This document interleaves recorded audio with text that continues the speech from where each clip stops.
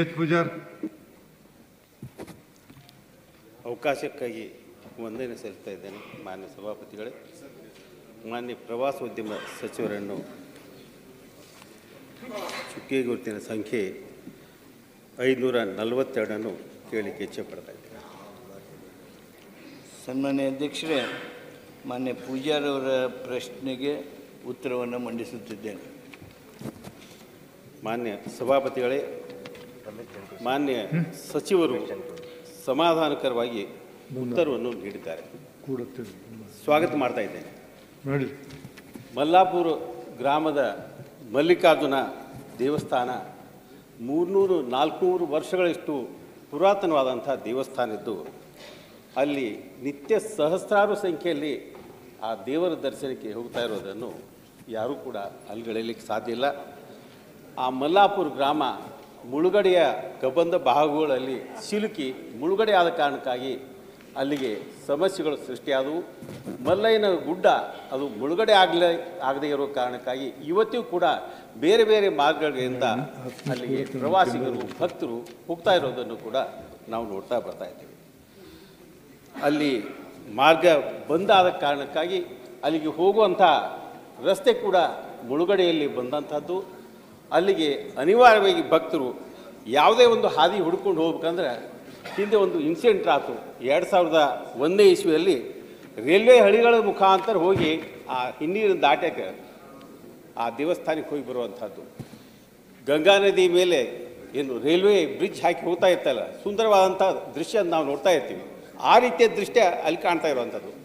ಆ ಹೋಗುವಂಥ ಅಮಾಯಕ ಭಕ್ತರು ಎದುರಿಂದ ರೈಲ್ವೆ ಬಂದ ಕಾರಣಕ್ಕಾಗಿ ನದಿಗೆ ಹಾರಿ ಕೆಲವೊಬ್ಬರು ಆ ರೈಲ್ವೆ ಹಳಿಗಳ ಮೇಲೆ ಸಿಕ್ಕೊಂಡು 7 ಜನ ಪ್ರಾಣ ಕಳ್ಕೊಂಡದ್ದು ಕೂಡ ನಮ್ಮ ಬಾಗಲಕೋಟೆ ಜಿಲ್ಲೆಯ ದುರಂತದಲ್ಲಿ ಒಂದಾಗಿದ್ದಂಥದ್ದು. ಇವತ್ತು ಈ ಹಿನ್ನೀರು ದಾಟುವಂಥ ಭಕ್ತರ ಒಂದು ಆತ್ಮಕ್ಕೆ ಶಾಂತಿ ತರಬೇಕು ಅನ್ನುವಂಥ ಹಿನ್ನೆಲೆಯಲ್ಲಿ ಕೂಡ ಸರ್ಕಾರಕ್ಕೆ ಒತ್ತಾಯ ಮಾಡುವಂಥದ್ದು. ಬಾಗಲಕೋಟೆ ಮಾನ್ಯ ಸಚಿವರೇ, ಬಾಗಲಕೋಟೆ ಏನು ಬಾದಾಮಿ ಹಂಪಿಗಳಂತೆ ವಿದೇಶಿ ಪ್ರವಾಸಿಗರನ್ನು ಆಕರ್ಷಣೆ ಮಾಡುವಂಥ ಸ್ಥಳ ಏನೂ ಅಲ್ಲ. ಆದರೆ ಮುಳುಗಡೆಯಿಂದ ಭಾಳಷ್ಟು ಅನುಕೂಲತೆಗಳು ಒಂದು ಭಾಗದಿಂದ ಹೇಳ್ತಾರಲ್ಲ, ಬ್ಲೆಸ್ಸಿಂಗ್ಸ್ ಇನ್ ಡಿಸ್ಗೈಸ್ ಅಂತ ತಿಳ್ಕೊಂಡು ಅನೇಕ ಪ್ರವಾಸೋದ್ಯಮಕ್ಕೆ ಆಕರ್ಷಣೆಗೆ ಹಿನ್ನೀರಿನಿಂದ ಅನೇಕ ಅವಕಾಶಗಳು ಕೂಡ ಅಲ್ಲಿ ತೆರೆದಿದ್ದಂಥದ್ದು ಆಗಿದೆ. ಇವತ್ತು ಅಲ್ಲಿ ಪರಿಸರದಲ್ಲಿ ಪ್ರವಾಸಿಗರನ್ನು ಸೃಷ್ಟಿ ಸೌಂದರ್ಯ ನೋಡುವಂಥವ್ರು ಕೂಡ ಬರ್ತಾ ಇದ್ದಾರೆ. ಅಲ್ಲಿ ವಿದೇಶಿ ಪಕ್ಷಿಗಳ ಕಲರು ಕೂಡ ಇತ್ತೀಚಿನ ದಿವಸಗಳಲ್ಲಿ ಕಾಣ್ತಾ ಇದೆ ಮಾನ್ಯ. ಸೊ ಈ ದಿಶೆಯಂತೆ ಸಾಗರವಾದಂಥ ದಂತೆ ಕಾಣುವಂಥ ಹಿನ್ನೀರಿನಲ್ಲಿ ಆ ಪರಿಸರದಲ್ಲಿ ಅದನ್ನು ಅಭಿವೃದ್ಧಿಪಡಿಸಬೇಕು. ಮುಳುಗಡೆಯಾದ ಈ ಶಿವಮೊಗ್ಗ ಜಿಲ್ಲೆಯ ಸಿಗಂದೂರಿನ ಒಂದು ರೀತಿಯ ಮೊನ್ನೆ ಕೇಂದ್ರ ಸರ್ಕಾರದ ಗಡ್ಕರಿ ಅವರು ಮಂತ್ರಿಗಳು ಬಂದು ಉದ್ಘಾಟನೆ ಮಾಡಿದ್ದಾರೆ. ಅದನ್ನು ದೊಡ್ಡ ಬ್ರಿಡ್ಜ್, ಅದು ಇಡೀ ರಾಷ್ಟ್ರಕ್ಕೆ ಒಂದು ದೊಡ್ಡ ಕೊಡುಗೆ ಕೊಟ್ಟಂಥದ್ದು. ಆ ಮಾದರಿಯ ಸ್ಥಿತಿ ಅಲ್ಲಿ ಬಂದು ಹಿನ್ನೀರಿನಲ್ಲಿ ನೋಡಿದಂಥವ್ರು ಕಾಣುವಂಥದ್ದು. ಯಾಕೋ ಸರ್ಕಾರ ಅಲಕ್ಷ್ಯ ಮಾಡಿದೆ. ತಾವು ಜವಾಬ್ದಾರಿ ತೆಗೆದುಕೊಂಡು ಹೇಳಿದ್ದೀರಿ, ಅದನ್ನು ಪೂರ್ತಿಗೊಳಿಸುವಂಥದ್ದು ಶೀಘ್ರವಂತೆ ಒಂದು ಕಾರ್ಯಕ್ರಮ ಹಾಕ್ಕೊಳ್ಬೇಕನ್ನುವಂಥ ವಿನಂತಿ ಮಾಡ್ತೀನಿ. ಸನ್ಮಾನ್ಯ ಅಧ್ಯಕ್ಷರೇ, ಮಾನ್ಯ ಪೂಜಾರವರು ಕೇಳಿರ್ತಕ್ಕಂಥ ಈ ಪ್ರಶ್ನೆ ಹಾಗೂ ಈಗ ಅವರು ವ್ಯಕ್ತ ಮಾಡಿರ್ತಕ್ಕಂಥ ಕೆಲವು ಮಾತುಗಳು ಕೇವಲ ಆ ಮಲ್ಲಯ್ಯನ ಗುಡ್ಡ ಮಲ್ಲಿಕಾರ್ಜುನನ ಬಗ್ಗೆ ಇದ್ದಿರ್ತಕ್ಕಂಥ ಶ್ರದ್ಧಾಭಾವನೆ ಅಥವಾ ಆ ಭಕ್ತಿ ಭಾವದ ಕಾರಣಕ್ಕಾಗಿ ಮಾತ್ರ ಅಂತ ನಾನು ಭಾವಿಸೋದಿಲ್ಲ. ಈ ನಿಮ್ಮ ಪ್ರಶ್ನೆ ಏನಿದೆ ಅದಕ್ಕೆ ಬಹಳಷ್ಟು ಡೈಮೆನ್ಷನ್ಸ್ ಅದು. ನಾವು ಅದಕ್ಕೇ ನಾನು ನನ್ನ ಉತ್ತರದಲ್ಲಿ ಕೊಟ್ಟಿದ್ದೇನೆ. ನಮ್ಮ ಜಿಲ್ಲಾಧಿಕಾರಿಗಳು, ಬಾಗಲಕೋಟೆ ಜಿಲ್ಲೆಯ ಜಿಲ್ಲಾಧಿಕಾರಿಗಳು, ಜಿಲ್ಲಾ ಪ್ರವಾಸೋದ್ಯಮ ಅಭಿವೃದ್ಧಿ ಕೌನ್ಸಿಲ್ದ ಅಧ್ಯಕ್ಷರು, ಅವರಿಗೆ ಸೂಚನೆ ಕೊಟ್ಟಿದ್ದೇವೆ. ನಿಮ್ಮ ಜೊತೆಗೆ ಹಾಗೂ ಇತರ ಶಾಸಕರುಗಳ ಜೊತೆಗೆ ಈ ವಿಚಾರವಾಗಿ ಈ ವಿಷಯವಾಗಿ ಚರ್ಚೆ ಮಾಡಬೇಕು. ಮಾಡಿ ವಿವರವಾಗಿರ್ತಕ್ಕಂಥ ವರದಿಯನ್ನು ನಮಗೆ ಕಳಿಸ್ಕೊಡಿ, ಏನು ಮಾಡ್ಬೋದು ಅನ್ನೋದನ್ನು ಹೇಳಿರಿ. ಇದು ಇಷ್ಟಕ್ಕೆ ನಿಲ್ಲೋದಿಲ್ಲ.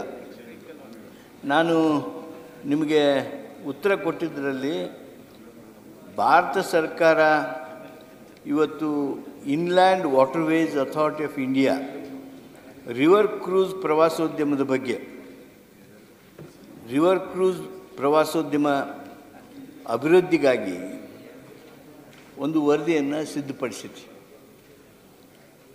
ಈ ವರದಿಯೊಳಗೆ 12 ಸಂಭಾವ್ಯ ಪಾಸಿಬಲ್ ರಾಷ್ಟ್ರೀಯ ಜಲಮಾರ್ಗಗಳನ್ನು, ನ್ಯಾಷನಲ್ ವಾಟರ್ ವೇಸನ್ನು ಗುರುತಿಸಲಾಗಿದೆ. ಅದರೊಳಗೆ ವಿಜಯಪುರ ಮತ್ತು ಬಾಗಲಕೋಟೆ ಅವಳಿ ಜಿಲ್ಲೆಗಳಿಗೆ ಹೊಂದಿಕೊಂಡಿರ್ತಕ್ಕಂಥ ಕೃಷ್ಣಾ ನದಿ ಕೂಡ ಒಂದು ಬರ್ತದೆ. ನೀವು ಮಲೆಯಜ್ಜನ ಗುಡ್ಡ ನೆನಪು ಮಾಡಿಕೊಳ್ಳೋದ್ರೊಳಗೆ ನಮಗೆ ಪ್ರವಾಸೋದ್ಯಮಕ್ಕೆ ಹಾಗೂ ಆ ಭಾಗದ ಜನರಿಗೆ, ಆ ಉತ್ತರ ಕರ್ನಾಟಕದ ಒಟ್ಟು ಪ್ರವಾಸೋದ್ಯಮ ಅಭಿವೃದ್ಧಿಗೆ ಅವಕಾಶ ಇರತಕ್ಕಂಥದ್ದನ್ನು ಈ ಸಂದರ್ಭದೊಳಗೆ ಹೇಳಿದ್ದೀನಿ. ಆಲ್ಮಟ್ಟಿ ಮತ್ತು ಹೆರ್ಕಲ್ ನಡುವಿನ 112 ಕಿಲೋಮೀಟರ್ ಕ್ರೂಸ್ ಸಂಚರಿಸುವ 12 ಕಿಲೋಮೀಟರ್, 112 ಅಲ್ಲ.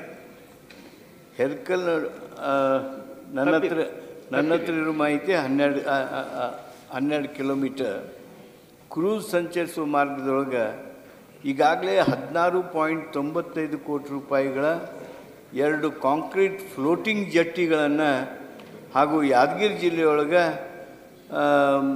ನಾರಾಯಣ ಸಾಗರ್ ಅಣೆಕಟ್ಟಿನ ಹತ್ತಿರ ಒಂದು ಕಾಂಕ್ರೀಟ್ ಫ್ಲೋಟಿಂಗ್ ಜಟ್ಟಿಯನ್ನು ನಿರ್ಮಿಸೋದ್ರ ಸಲುವಾಗಿ ನಾವು ಲ್ಯಾಂಡ್ಸ್ಲೈಡ್ ಫೆಸಿಲಿಟೀಸನ್ನು ಕ್ರಿಯೇಟ್ ಮಾಡೋದಕ್ಕೆ ಯೋಜನೆಯನ್ನು ರೂಪು ಮಾಡಿದ್ದೇವೆ. ಈ ಯೋಜನೆ ನಮಗೆ ಅನುಷ್ಠಾನ ಪ್ರಾರಂಭ ಮಾಡಿದಾಗ ನನಗೆ ವಿಶ್ವಾಸ ಇದೆ, ಅಲ್ಲಿರ್ತಕ್ಕಂಥ ಪ್ರವಾಸೋದ್ಯಮದ ಅವಕಾಶಗಳು ಬಹಳಷ್ಟು ಜಾಸ್ತಿ ಆಗ್ತವೆ. ಹಾಗೂ ಈ ಒಂದು ನ್ಯಾಷನಲ್ ವಾಟರ್ ವೇ ಇದು ನಮ್ಮದು ಆಯಿತು ಅಂದರೆ ನಿಮ್ಮ ಬಿಜಾಪುರ ಹಾಗೂ ಬಾಗಲಕೋಟೆ ಮಧ್ಯೆ ಇದೊಂದು ದೊಡ್ಡ ಹೆಜ್ಜೆ ಆಗ್ಬೋದು. ಅದಕ್ಕಾಗಿ ಜಲಸಂಪನ್ಮೂಲ ಸಚಿವರು, ಉಪಮುಖ್ಯಮಂತ್ರಿಗಳು ವಿಶೇಷವಾಗಿ ತಮ್ಮ ಅನುಮತಿಯನ್ನು ಕೊಡಬೇಕಾಗ್ತದೆ. ಈ ಸಂದರ್ಭದಲ್ಲಿ ಅದನ್ನು ಸಹಿತ ನಾನು ಪ್ರಸ್ತಾಪ ಮಾಡ್ತೀನಿ. ಮುಖ್ಯಮಂತ್ರಿಗಳ ಜೊತೆಗೆ ಚರ್ಚೆ ಮಾಡಿ ಈ ನ್ಯಾಷನಲ್ ವಾಟರ್ ವೇಸ್ ಮಾಡೋದಕ್ಕೆ ಏನೇನು ಸಾಧ್ಯ ಆ ಕಾರ್ಯಕ್ರಮವನ್ನು ರೂಪು ಮಾಡ್ತೀವಿ. ಮಾನ್ಯ ಸಭಾಪತಿಗಳೇ, ಅವ್ರು ಹೇಳಿದಂಥದ್ದು ಸಂಪೂರ್ಣ ಸತ್ಯ. ಸ್ವಾಗತ ಮಾಡ್ತಾಯಿದ್ದೀನಿ ತಾವು ಹೇಳಿದಂಥದ್ದನ್ನು ಕೂಡ. ಇನ್ನೂ ಒಂದೆರಡು ಪಾಯಿಂಟ್ಗಳನ್ನು ಆ್ಯಡ್ ಮಾಡಬೇಕನ್ನುವಂಥದ್ದು ಕೂಡ. ಚಿಕ್ಕ ಸಂಗಮ, ಬೀಳಿಗೆ ತಾಲೂಕಿನ ಚಿಕ್ಕ ಸಂಗಮ ಅನ್ನುವಂಥದ್ದು ಕೂಡ ಇಲ್ಲ ಸರ್, ಅದನ್ನು ಕೂಡ ಪ್ರಾರಂಭ ಮಾಡಬೇಕನ್ನುವಂಥದ್ದು ಒಂದು ಒತ್ತಾಯ ಮಾಡ್ತಾ ಇದ್ದೇನೆ. ಪ್ರವಾಸೋದ್ಯಮ ಸಚಿವರಾಗಿ ತಮ್ಮಲ್ಲಿ ಮಾನ್ಯ ಮುಖ್ಯಮಂತ್ರಿಗಳಿದ್ದಾರೆ, ಈ ಜಲಸಂಪನ್ಮೂಲ ಸಚಿವರಿದ್ದಾರೆ. ಹಿಂದಿನ ಇಕ್ವೇಷನ್ ನಾನು ನೋಡಿದ್ದೇನೆ ಮಾನ್ಯ ಸಭಾಪತಿಗಳೇ. 2004ರ ಸಂದರ್ಭದಲ್ಲಿ ಇಬ್ಬರು ಸಚಿವರಿದ್ದರು. ಮಾನ್ಯ ಎಸ್ ಎಂ ಕೃಷ್ಣ ಅವರು ಮುಖ್ಯಮಂತ್ರಿ ಆದಂಥ ಸಂದರ್ಭದಲ್ಲಿ ಅದೇ ಇಕ್ವೇಷನ್ ಮುಂದುವರೆದಿತ್ತಪ್ಪ ಅಂದ್ರೆ ಈ ಆಲ್ಮಟ್ಟಿ ಪ್ರಾಜೆಕ್ಟ್ ಅನ್ನುವಂಥದ್ದು 10 ವರ್ಷದಿಂದ ಮುಗಿದು ಹೋಗಿಬಿಡ್ತಿತ್ತು. ಯಾಕೋ ಏನೋ ಡಿ ಕೆ ಶಿವಕುಮಾರ್ ಅವರು ಬಂತು, ಮಾನ್ಯ ಮುಖ್ಯಮಂತ್ರಿಗಳು ಬಂತು, ಆ ಎಲ್ಲ ಉತ್ತರ ಕರ್ನಾಟಕ ಯೋಜನೆಗಳ ಬಗ್ಗೆ ಉದಾಸೀನ ಮಾಡ್ತಾ ಇದ್ದೀರಿ ಅನ್ನುವಂಥ ಭಾವನೆ ನಮ್ಮ ಜನಕ್ಕೆ ಬಂದಿದೆ. ಒಟ್ಟಾರೆ ದಯಮಾಡಿ ಪ್ರವಾಸೋದ್ಯಮ ಸಚಿವರಂತೂ ಒಳ್ಳೆ ಕೆಲಸ ಮಾಡ್ತಾ ಇದ್ದಾರೆ. ಐಹೊಳೆ, ಪಟ್ಟದಕಲ್ಲು ಎಲ್ಲ ಕಡೆ ಪ್ರವಾಸ ಮಾಡ್ತಾ ಇದ್ದಾರೆ. ಹೆಚ್ಚಿನ ಅನುದಾನ ಕೊಟ್ಟರೆ ಆ ಪ್ರವಾಸೋದ ಹೇಳಿದಲ್ಲ, ಬ್ಲೆಸ್ಸಿಂಗ್ಸ್ ಇನ್ ಡಿಸ್ಗಾರ್ಜ್ ಅಂತ, ಎಲ್ಲೆಲ್ಲಿ ಅನುಕೂಲತೆಗಳು ಸಾಧ್ಯ ಇತ್ತು ಪ್ರವಾಸೋದ್ಯಮಕ್ಕೆ ಇಂಬು ಕೊಡುವಂಥ ಅವಕಾಶಗಳು ಅದಾವೆ, ಆ ಎಲ್ಲ ಅವಕಾಶಗಳನ್ನು ಎಕ್ಸ್ಪ್ಲೋರ್ ಮಾಡಿ ಅನುಕೂಲತೆ ಮಾಡಿ ಆ ಪ್ರವಾಸಿಗರೇ ಆಗಲಿ, ಅಲ್ಲಿ ಸಂತ್ರಸ್ತರ ಬಂಧುಗಳಾಗಲಿ ಬದುಕಲಿಕ್ಕೆ 4 ದುಡ್ಡನ್ನು ಗಳಿಸಲಿಕ್ಕೆ ಆ ಪ್ರವಾಸೋದ್ಯಮ ಇತಿಹಾಸದಿಂದ ಅನುಕೂಲತೆ ಆಗುವಂಥದ್ದು ಸ್ವಲ್ಪ ಆಗಲಿ ಅನ್ನುವಂಥ ಒತ್ತಾಯ ತಮ್ಮ ಮೂಲಕ ಮಾನ್ಯ ಸಚಿವರಲ್ಲಿ ಒತ್ತಾಯ ಮಾಡ್ತಾ ಇದ್ದೇನೆ. ನಿಮಗೆ ಇಲ್ಲ, ಅವರೇನು ಹೇಳುವಂಥದ್ದೇನು ಪ್ರಸ್ತಾಪ ಮಾಡಿಲ್ಲ. ಇಷ್ಟ ಈ ಚಿಕ್ಕ ಸಂಗಮ ಒಟ್ಟು ಆಲ್ಮಟ್ಟಿ ಪೂರ್ಣಗೊಳಿಸೋದು ಅದಕ್ಕೆ ಪ್ರತ್ಯೇಕ ಟೈಮ್ ತೊಗೊಳ್ರಿ. ಈ ಪ್ರವಾಸದಾಗ ಅದನ್ನು ಕುಡ್ಸಕ್ಕೆ ಹೋಗಬೇಡ್ರಿ. ಇಲ್ಲ, ನಾನು ಇಷ್ಟೇ ಈ ಸಂದರ್ಭದಲ್ಲಿ ಹೇಳ್ತೀನಿ, ನಿಮ್ಮ ಕಳಕಳಿಯನ್ನು ಅರ್ಥ ಮಾಡ್ಕೊಂಡಿದ್ದೀವಿ. ಇದನ್ನು ಪ್ರವಾಸೋದ್ಯಮ ದೃಷ್ಟಿಯಿಂದ ಏನು ನಿಮ್ಮ ಆಲ್ಮಟ್ಟಿ ಹಿನ್ನೀರಿದೆ, ಆ ಆಲ್ಮಟ್ಟಿ ಹಿನ್ನೀರು ನಿಮ್ಮನ್ನು ಮುಳುಗಿಸ್ತು ಅನ್ನೋದಕ್ಕೆ ಮಾತ್ರ ಅಲ್ಲ, ಇದೊಂದು ನಿಮಗೆ ಒಂದು ಪ್ರಸಿದ್ಧವಾಗಿರ್ತಕ್ಕಂಥ ಪ್ರವಾಸೋದ್ಯಮ ತಾಣ ಮಾಡೋದಕ್ಕೆ, ಹಿನ್ನೀರನ್ನೇ ಪ್ರವಾಸೋದ್ಯಮ ತಾಣ ಮಾಡೋದಕ್ಕೆ. ಯಾಕಂದರೆ ಸುಮಾರು 8 ತಿಂಗಳ ಕನಿಷ್ಠ ಆ ಹಿನ್ನೀರು ಸಂಪೂರ್ಣವಾಗಿ ನಿಮಗೆ ಲಭ್ಯ ಇರ್ತದೆ. ಅದನ್ನು ಉಪಯೋಗ ಮಾಡ್ತಕ್ಕಂಥ ಎಲ್ಲ ಕಾರ್ಯಕ್ರಮವನ್ನು ನ್ಯಾಷನಲ್ ವಾಟರ್ ವೇಸನ್ನು ಏನು ಮಾಡಬೇಕು ಅಂಥೇಳಿ ಕೇಂದ್ರ ಸರ್ಕಾರ ರಾಜ್ಯ ಸರ್ಕಾರ ಕೂಡ ಇವತ್ತು ಚಿಂತನೆ ಮಾಡ್ತಾ ಇದೆ. ಆ ಕೆಲಸ ಮಾಡೋದಕ್ಕೆ ಹೆಜ್ಜೆಯನ್ನು ಇಡ್ತೀವಿ. ಎಚ್ ಎಸ್ ಗೋಪಿನಾಥ್ ತಡೆ ಹಿಡಿದ ಪ್ರಶ್ನೆ. ಎಚ್ ಎಸ್ ಗೋಪಿನಾಥ್ ಸಚಿವರಲ್ಲಿ ವಿನಂತಿ ಒಂದು ಎಚ್ ಎಸ್ ಗೋಪಿನಾಥ್ ಇಲ್ಲ ಟೈಮ್ ಆಯ್ತ್ರಿ. ಮಾನ್ಯ ಸಚಿವರು ಅವರು ಸ್ವರ ಕೆಲಸ ಅವ್ರ ಕರೆದಿನ ಕೊಡಿ.